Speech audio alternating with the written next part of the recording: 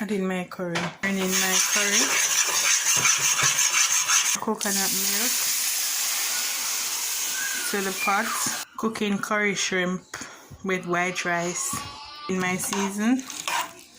And my curry and coconut milk with my carrot, green peppers, scallion and thyme, onion, garlic for this to cook, and then after we'll be adding my shrimp. Season my shrimp, boiling my rice,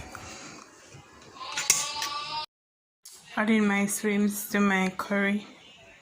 We'll come back and show you the finishing of my curry shrimp and white rice.